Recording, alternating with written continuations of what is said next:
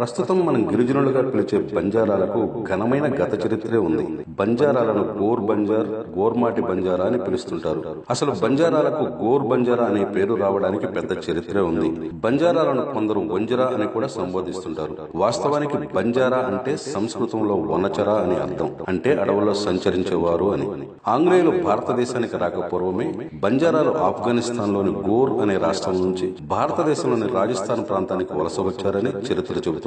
అప్పట్లో సంచార జీవనం సాగిస్తూ తమ పశువులపై అప్పటి సైనికులకు ఆయుధాలను, ఇతర ఆహార పదార్థాలను చేరవేసేవారు. ఇలా జీవిస్తున్న బంజారాల్లో కొంత తెలివైన వారు రాజు దగ్గర మంచి పేరు సంపాదించి సైనికులుగా, సైన్యాధిపతులుగా కూడా పనిచేశారు. అలా ఎదిగిన వారిలో పృథ్వీరాజ్ చౌహాన్, రాణా ప్రతాప్ సింగ్ మొదలైన వారు ప్రముఖులు. పృథ్వీరాజ్ చౌహాన్ 1149లో అజ్మీర్ లో జన్మించారు. అనతి కాలంలోనే ఢిల్లీ సింహాసనాన్ని అధిష్ఠించిన పృథ్వీరాజ్ చౌహాన్ కీర్తి నేటికి శ్లాఘించబడుతుంది. 12వ శతాబ్దంలో ఉత్తర భారతదేశాన్ని పరిపాలించిన రెండవ చివరి హిందూ చక్రవర్తి పృథ్వీరాజ్ చౌహాన్. ప్రస్తుత రాజస్థాన్, హర్యానా రాష్ట్రాలతో పాటు పరిసర ప్రాంతాలను పాలించిన పృథ్వీరాజ్ భారతదేశాన్ని విదేశీ దండయాత్రల నుంచి కాపాడారు.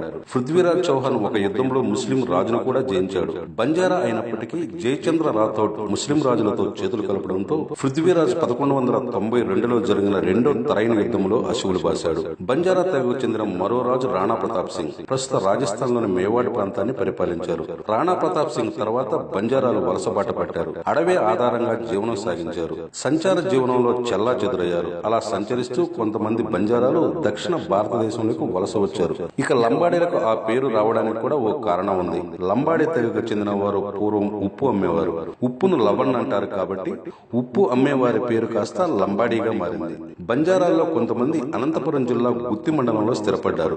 అప్పట్లో వారు ఏర్పరచుకున్న తండా పేరు గొల్లాయిగూడెం. అందులోని భీమానాయక్, ధర్మిణీబాయిలకు జన్మించిన సంతానమే సేవాలాల్ మహారాజ్.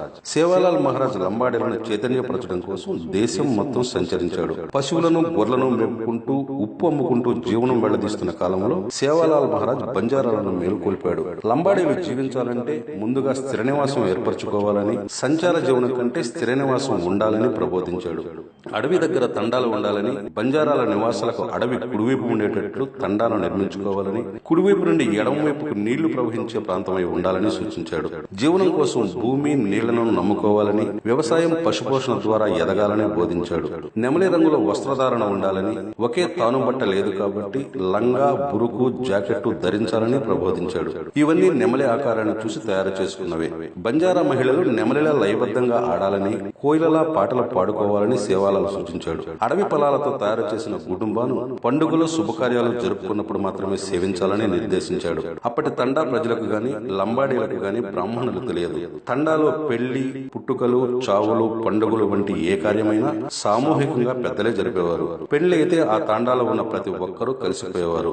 ఇంటిల్లపాది కలిసి భోజనం చేసేవారు. ప్రతి మనిషి ఇలాంటి తంతులు విధిగా పాల్గొనాల్సిందే. పాటలతో లంబాడీలు తరతరాలుగా 7 దేవతలను కొలుస్తారు. వారు మేరమ్మ, త్వల్జ, శీతల, మంత్రల్, హింగ్లా, ద్వాళ్లంగల్, కంకాళి. సేవాలాల్ మహారాజ్ జగదంబ మాత భక్తుడు.